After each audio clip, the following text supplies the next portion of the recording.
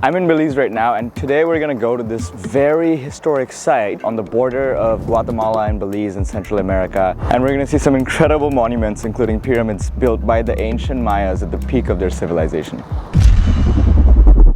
So I'm in San Ignacio right now, which is the city in Belize that is like 70 miles or 110 kilometers east of Belize City. And I'm trying to catch a bus right now to go to the site, which is like another 7 miles or 10 kilometers to the east. There's a pretty high chance it might rain today, so I brought my umbrella. It does look very cloudy. Something really interesting to me is that in this town, like literally every restaurant and shop has a Coca-Cola sign on it. The names are interesting too, like Hot Summer and Delicious Restaurant. Stops at Xunantunich. Thank you. All right, so I'm on the bus. We're headed towards the border, and I ran into London, who I met yesterday, on the shuttle to the city from like Keyspaker. So an interesting thing about Belize is that all the buses are basically like school buses, public school buses in the US, except they're painted in a different way. Okay, so this 10-kilometer bus ride, 7 miles, it's gonna be something like $1.25 US or 2.5 Belizean. So the bus just dropped us off in front of the ruins, and we have to cross this ferry to get across. The bus basically goes to Benque, this border town that is literally like on the border of Guatemala. And right now we're 1 kilometer, half a mile away from the border of Guatemala. It's interesting, there's this little ferry that is operated by like cables, it seems, that takes across pedestrians and cars and bikes to the other side. Since I'm waiting for the ferry, I figured I'd give you a quick briefing on Mayan history. So Mayan civilization, or ancient Mayan civilization, lasted from approximately around 2000 BC to around 1697 AD. The Mayan civilization was developed in the Maya region, which in modern day terms translates to southeastern Mexico, the entire countries of Guatemala and Belize, and the western parts of Honduras and El Salvador. Made it onto the ferry. Now I'm going to the other side. There's some cars getting on here. So if you're familiar with my channel, you might have seen my videos from 5 to 10 years ago when I was going to different Maya sites in Guatemala, in Honduras, in Mexico, in southeastern Mexico. But this is the first time in 5 years I'm visiting one of these sites, so pretty excited. We're in the process of crossing over, and it looks like we're gonna cross it in less than 1 minute. They're very clear that I need to be back here by 4 p.m. in order to be able to use that little ferry to cross over to the other side. Now I believe we have to go on a bit of a hike to get to the actual ruins. Let's continue with the brief history of the Maya civilization here. So beginning around 250 AD, the classic period started, which is largely defined as when the Maya were raising sculpted monuments with long count dates. So this period actually saw the Maya civilization develop many city-states that were like interlinked by trade. In the Maya lowlands, there were like the two great rival city-states of Tikal and Calakmul. Tikal you might remember from my video from 8 years ago. The Maya people also developed sophisticated art using different forms of materials. The Maya also developed a highly complex series of calendars that you may have heard about, that I'll talk more about at the end of the video. And yes, as part of the religion, the Maya also practiced human sacrifice. I specialize in Maya writing. Okay, so that's pretty good. I've been to a lot of the Maya sites in Mexico and Guatemala. This is the first one in Belize. Oh wow. Oh, thank you, brother. Appreciate Your it. name? Nadir. Nadir. Lion. Cool. Jorge de Leon or Lion? Leon, Okay. yes. Lion. Okay. Everybody just come finish before I am. You wait for me when I go down and Okay. For sure. Thank you, brother. So it's like a nice scenic walk in the jungle. But I got a ride from this gentleman, Jorge de Leon or the Lion, who's running basically a tour here, and he saw me walking.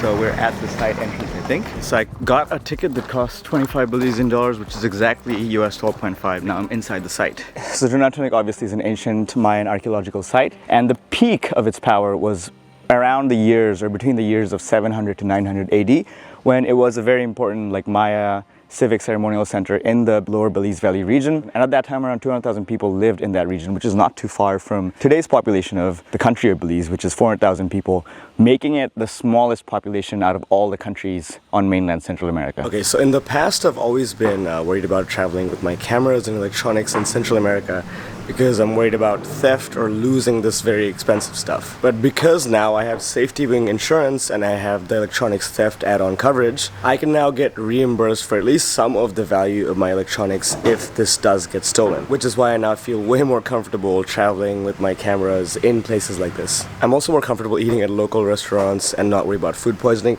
Now obviously you should still watch where you eat, but if something does happen, I have the peace of mind of knowing that SafetyWing will cover me in any clinic that I go to. And with the pay-as-you-go subscription, I'm covered in up to 180 countries, up to 250,000 with a $0 deductible, which means I'm covered for even small things like an upset stomach. And I also have the adventure sports package with which I'm covered for like extreme sports like scuba diving and skydiving. We're already starting to see the first buildings of the ancient ruins. The gentleman outside, Mr. Lion, he said that he's kind of doing a tour, and if I happen to be near him at the plaza when he's explaining like the ancient writing, because he's like a specialist in Mayan writing from what I understood, he's gonna just give me a better idea of what's happening around here. So maybe we can get that in this video as well.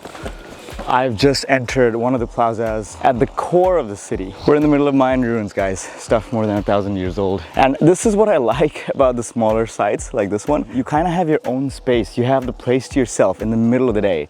That would never ever happen in Chichen Itza. Maybe if you go at like the crack of dawn and like are the first in line, which is what we did like 6 years ago, maybe you'll have it to yourself for like 10 minutes, but then it's like just packed with people and shops. Here you're really like in the middle of some very intense history all by yourself. We're in another central plaza of Xunantunich, and behind me is El Castillo, the biggest temple in the city, the second biggest temple in Belize after the biggest one in Caracol, which is at 140 feet. This is at 130 feet, which I believe is like 40 meters. And the best part about this is, unlike El Castillo in Chichen Itza, you can actually climb to the top. Man, it's starting to rain.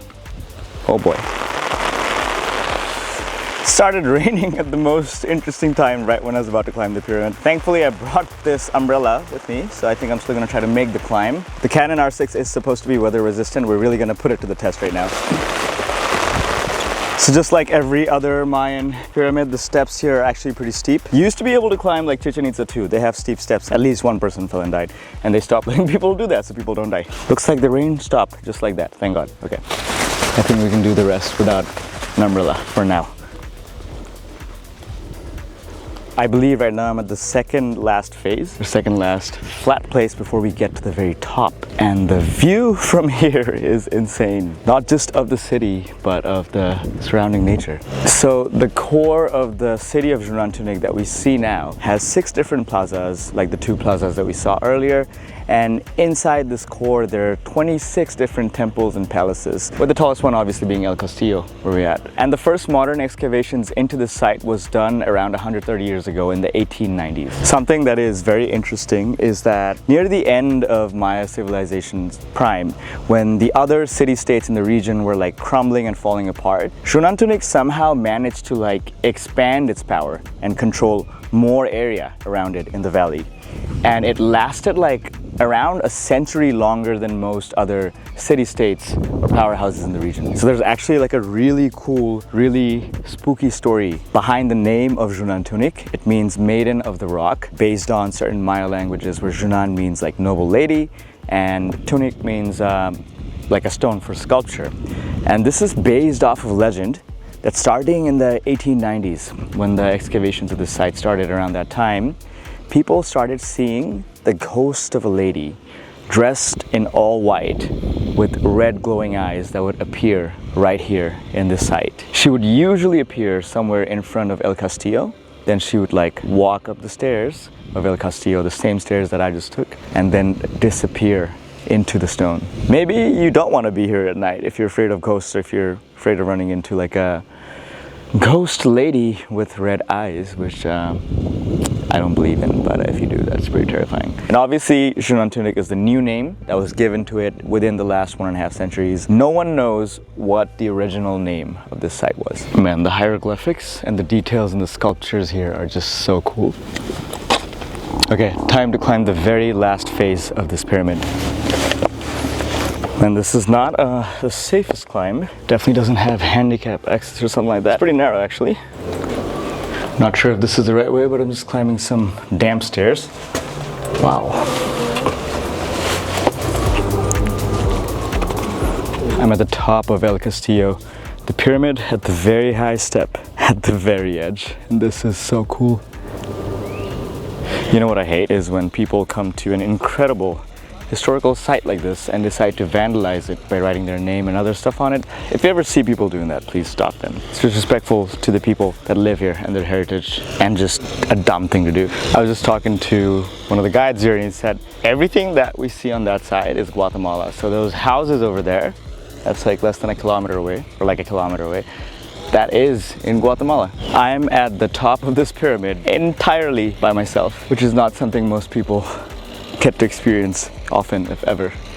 These are the moments that I live for. The last Maya city-state fell to the Spanish conquistadors or colonialists in 1697, and that was when they stopped basically ruling the area. But the Maya people lived on, and there's still 6 million ethnic Maya inhabitants that live in this region, basically exactly where their ancestors used to live. And there are 28 surviving Maya languages, so they're still around. I'm about to head down soon, but before I do, I have to address one common misunderstanding about Maya civilization. For those of you who, like me, are old enough to remember 2012, a lot of people in 2012 were saying that was going to be the end of the world, December 21st, 2012. There's even like a blockbuster Hollywood movie showing how the world would end.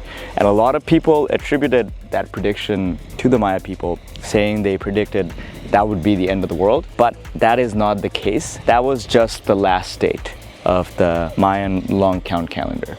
And many people misunderstood what that meant and started thinking that was going to be the end of the world. And maybe a lot of people partied really hard that day. I don't know. I wasn't partying back then in 2012. Maybe I was actually. Where was I December 21st, 2012?